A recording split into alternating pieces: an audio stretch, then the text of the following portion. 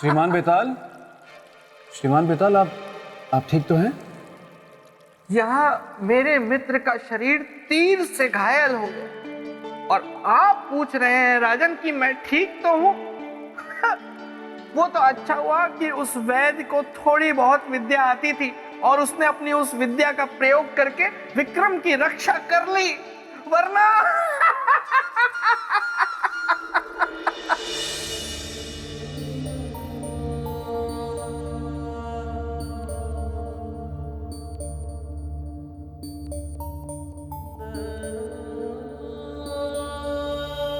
वैद्य जी। बेटे, मैं जितना उपचार कर सकता था मैंने कर दिया। अब बाकी ऊपर वाले के हाथ में है, क्योंकि तीर का विष इनके सारे शरीर में फैल चुका है। तो विष का प्रभाव कब खत्म होगा और इन्हें होश कब आएगा? प्रातः काल तक इन्हें होश आ जाना चाहिए।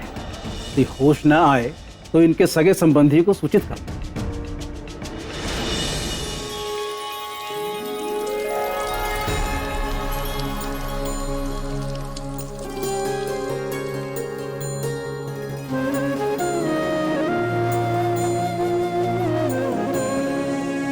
हे महाकाल, जीवन मृत्यु सबको अपने वश में रखने वाले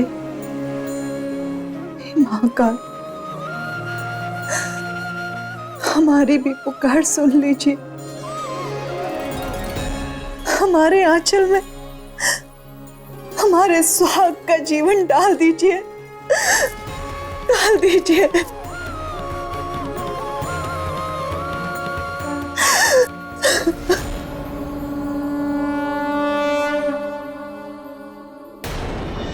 हे विधाता, मैं तुझसे भिक्षा मांगता हूं। मेरी जान बचाने वाले देवदूत को बचा ले। हे महाकाल, हमारी हथेली पर ये दिए तब तक जलेंगे जब तक कि हमारे सम्राट आकर फिर से हमारी मांग में सिंदूर नहीं भर देते और हमें अखंड सौभाग्यवती होने का आशीर्वाद नहीं दे देते। अन्यथा इन्हीं दियों की ज्योत को हम अपनी चिता की ज्वाला बना देंगे।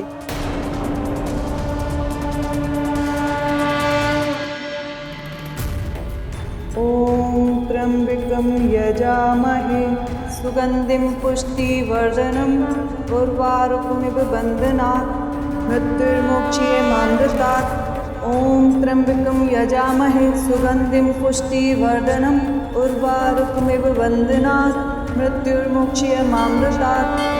ओम त्र्यंबकं यजामहे सुगंधिं पुष्टिवर्धनम् उर्वारुकमिव बन्धनात् मृत्युर्मुक्षीयमामृतात्। हे महाकाल, ये कैसा नृत्य? ओम त्र्यंबकं यजामहे सुगंधिं पुष्टिवर्धनम् उर्वारुकमिव बन्धनात् मृत्युर्मुक्षीयमामृतात्। ओम त्र्यंबकं यजामहे सुगंधिं पुष्टिवर्धनम् उर्वारुकमिव बन्धनात् मृत्युर्मुक्षीयमामृतात्।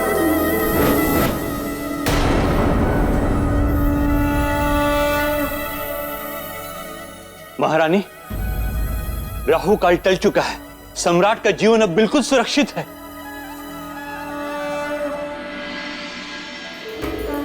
जय हो महाकाल, जय हो।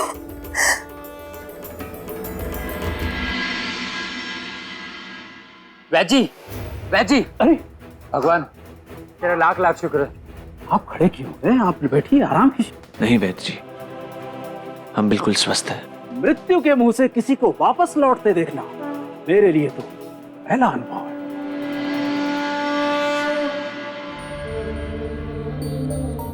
कभी कभी जो औषधि नहीं कर सकती वो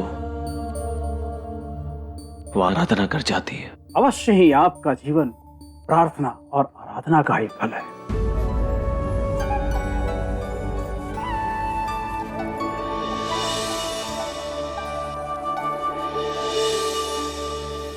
कहना नहीं चाहिए, फिर भी कहते हैं। हम आभारी हैं आपके प्रेम के, आपके समर्पण के और आपकी निष्ठा के।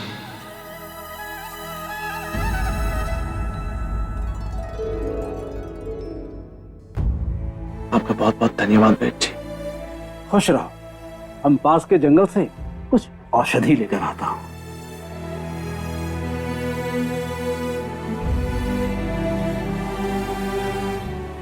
नामदेव, ये जीवन आपकी ही देन है। मैं आजीवन आपका ऋणी रहूंगा।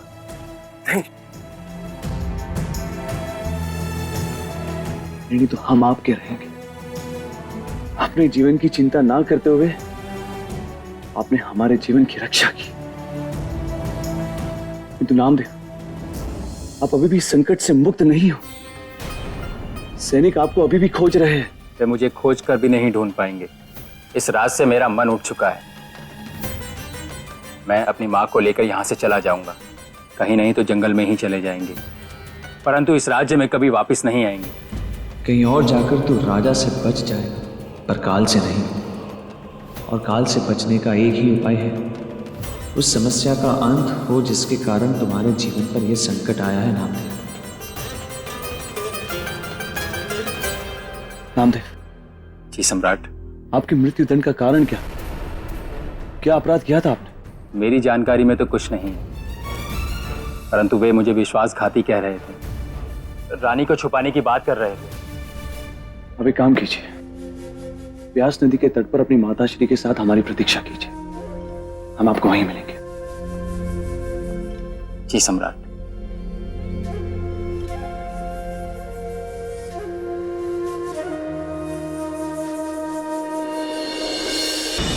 श्रीमान बेताल,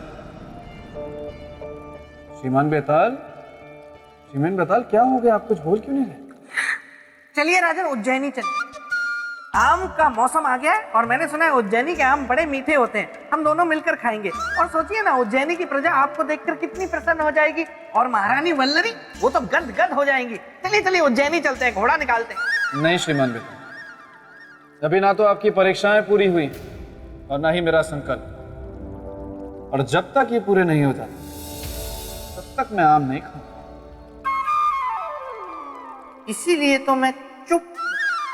मैं क्या मूर्ख हूं जो आपकी परीक्षाएं ले रहा हूं? आपकी मैं दादी या नानी हूं जो आपको कहानियों पे कहानियां सुना रहा हूं? मैं अब ये सब कुछ नहीं करूंगा। मैं समझा नहीं। इसीलिए मैं आपको समझा रहा हूं। भूल जाइए ये सब कुछ राजन, भूल जाइए ये सिंहासन, भूल जाइए ये परीक्षाएं, भूल जाइए मुझे, बस कहानी खत्म। बेताल, तुम पुनः अपने पद से भटक रहे हो। तुम्हें इसका कठोर दंड मिलेगा। नहीं नहीं, वो मैं भावनाओं में बह गया, इसीलिए ये कह गया।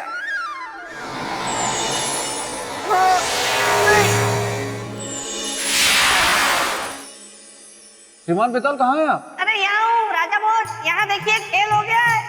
कहाँ हैं? आपकी आवाज तो सुनाई दे रही है लेकिन आप नहीं दिखाई दे रहे। अरे यहाँ देखिए ना। श्रीमान बेताल, आपने अपना कद छोटा क्यों कर लिया? ये मेरी शक्ति है। मैं अपनी शक्ति से अपना कद कितना भी छोटा कर सकता हूँ और कितना भी विशालकाय। मुझ में बहुत सी ऐसी शक्तियां हैं जिनके बारे में मैंने आपको नहीं बताया राजा भोज। एक एक करके निकालता हूँ। कभी मैं शेर भी बन जाता हूँ, और जब मैं शेर बन जाता हूँ तो फिर आसपास कोई दिखाई नहीं देता। आप ये सब छोड़िए, आप सुनिए आगे क्या हुआ। अवश्य। मैं बड़ी कथा आपको छोटे कद से सुनाऊंगा।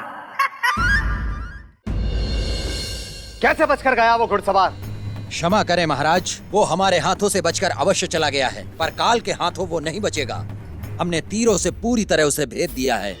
राजन, परोपकार की रक्षा के लिए मेरे मित्र विक्रमादित्य अपने प्राणों को भी दांव पर लगा दिया, और नामदेव का जीवन बचाने के लिए अपने जीवन की आहुति देने से भी नहीं चूके, और रुद्र प्रताप के सम्मुख जाकर खड़े हो गए।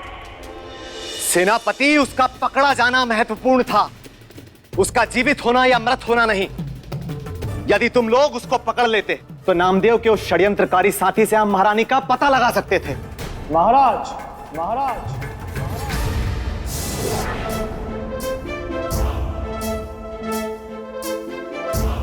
हमने ही महारानी के सुरक्षा कर्मी नामदेव के जीवन की रक्षा की।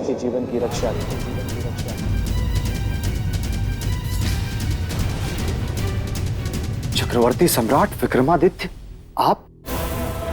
हाँ हाँ, आपके जैसा धर्मिष्ठ, चरित्रवान, उदार और परोपकारी राजा, और आपने किया ऐसा षड्यंत्र? नहीं, नहीं तो इसे और क्या कहेंगे? मानवता, मानवता महाराज। और इसी की खातिर हमने एक निर्दोष का जीवन बचाया, ताकि राजधर्म का दंड विधान प्रश्नों के घेरे में खड़ा ना हो। और अब अगर आपकी अनुमति हो तो एक सम्राट एक महाराज से प्रश्न पूछना चाहेगा। कैसा प्रश्न? नामदेव के मृत्यु दंड का प्रश्न। इतने कठोर दंड का कारण क्या था? उसका विश्वासघात, उसका छल, उसकी बदनीयती। जिस स्थान ने उसको समाज में सम्मान दिया, उसी स्थान का उसने सर्वनाश किया। अपहरण किया है उसने हमारी महारानी का, अगवा करके ले गया है वो हमारी अर्धांगिनी को। किंतु महाराज, इस बात को आप इतने विश्वास से कैसे कह सकते हैं कि महारानी का अपहरण नामदेव ने ही किया था? इसका कोई ठोस प्रमाण, कोई साक्ष्य है आपके पास?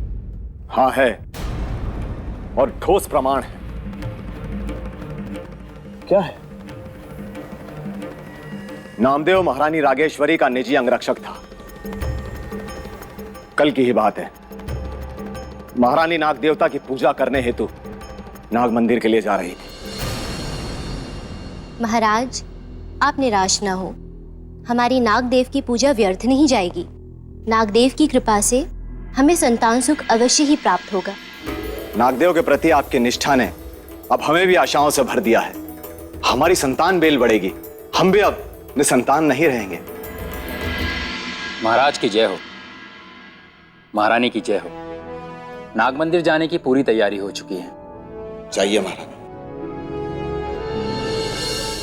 और उसके बाद आरती प्रारंभ होते ही जो अनर्थ हुआ, हम आपसे उसका वर्णन भी नहीं कर सकते सम्राट। ऐसा क्या अनर्थ हो गया महाराज? हे नाग देवता, हमारी प्रार्थना स्वीकार कीजिए। हमें मां बनने का गौरव प्रदान कर हमारे व्रत को सफल कीजिए।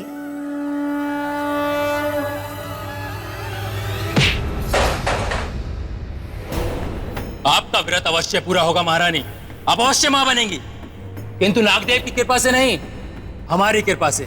चलिए हमारे साथ। नामदेव, हमारा हाथ छोड़ो, होश में आओ। दासियों, सैनिकों को बुलाओ।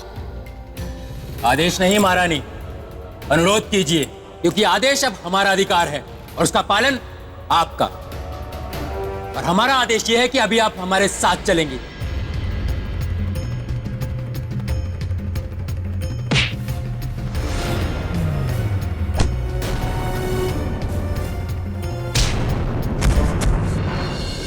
ये हमारे वही विश्वास पात्र सैनिक हैं जिन्होंने कल उस कुटिल को रोकने की कोशिश की थी। ये हमारे वही विश्वास पात्र सैनिक हैं जिन्होंने कल उस कुटिल को रोकने की कोशिश की थी। नामदेव का वैसा भयानक रूप हमने आज तक नहीं देखा सम्राट। और सम्राट, ना जाने उसमें इतनी शक्ति कहां से आ गई। हम लोग मानो उसके सामने चींटी थे। बोलिए, क्या आप भी आपको कोई प्रमाण चाहिए, कोई साक्ष्य चाहिए उसके विरुद्ध? महाराज, कभी कभी रस्सी को देखकर भी सांप का भ्रम हो जाता है। आप कहना क्या चाहते हैं? यही कि नामदेव निर्दोष है। मुझे आपकी इस बात से दुख कम और आश्चर्य अधिक हो रहा है कि आपके जैसा गुणी व्यक्ति ऐसी बात कर रहा है। नामदेव के समर्पण को, उसके कर्तव्य परायणता को आप देख भी नहीं पा रहे। महाराज, इसीलिए आपसे अनुरोध है कि हमारे आने तक नामदेव को दंडित करने का अपना यह निर्णय स्थगित रखिएगा। आशा है कि आप मान रखेंगे हमारी अनुरोध का। ठीक है, हम आपके आने तक प्रतीक्षा करेंगे। धन्यवाद। और महारानी रागेश्वरी के स्वागत की भी तैयारी करके रखेगा।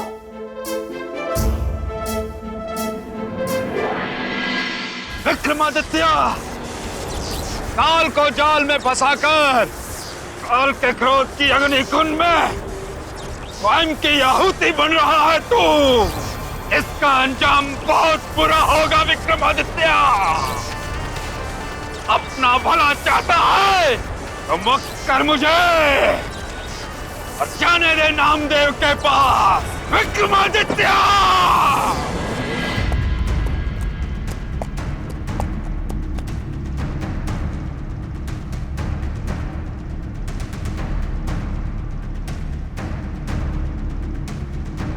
कहां से आ रहे हैं सम्राट? तुम्हारे महाराज रुद्र प्रताप से मिलकर। तो उन्होंने मेरे अपराध के बारे में कुछ बताया? हाँ। क्या बताया? कि कल नाग मंदिर से महारानी रागेश्वरी का अपहरण तुम्ही ने किया था। नहीं सम्राट, ये सरासर झूठ है। मैं अपनी महारानी का अपहरण क्यों करूंगा? कल तो मैं राजमहल गया ही नहीं था नौकरी पर। हाँ सम्राट, ये सत्य कह रहा है। ये कल मेरे पास ही था। ये क्या कह रहे हो तुम? तो फिर नाग मंदिर में महारानी के साथ कौन था? कौन था जिसने तुम्हारा वेश धारण कर सभी को धोखे में रखा? किसी पे कोई संदेह या फिर ऐसी कोई घटना जिसे अपहरण के संकेत मिले हो? याद करो नामदेव, कुछ याद आया?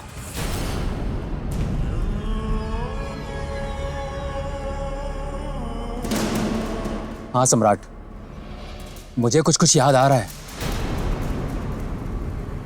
क्या याद आ रहा है नामदेव?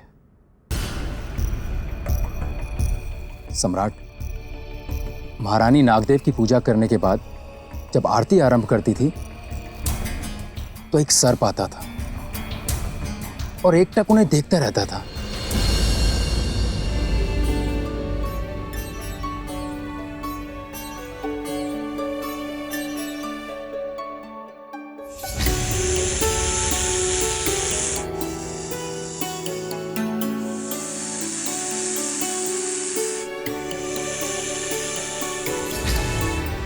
पहले तो मैंने साधारण सी बात समझकर उस पर ध्यान नहीं दिया, परंतु जब वो प्रतिदिन आने लगा तो एक दिन मैंने द्वार पर ही उसका रास्ता रोक लिया।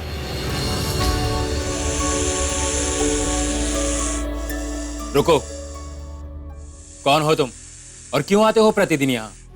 युवक, छोड़ मेरा मार्ग और मुझे जाने दे। बिना परिचय जाने नहीं दूंगा। परिचय चाहिए? हाँ, क्योंकि मैं महारानी का निजी अंगरक्षक हूं।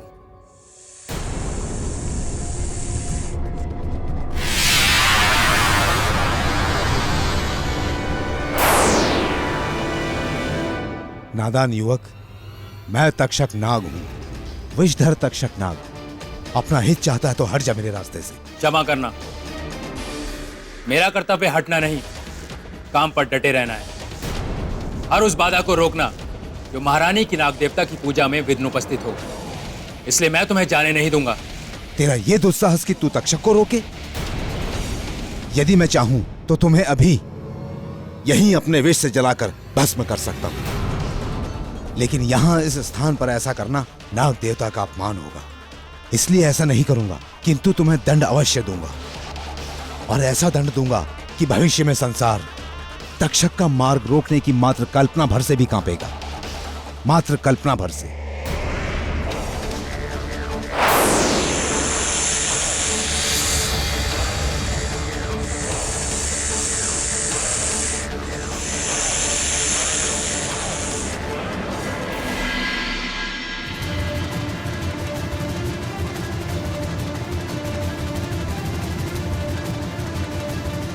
इसका अर्थ है कि तक्षक नाग के साथ तुम्हारी बहस हो गई। हाँ सम्राट, समझ गए।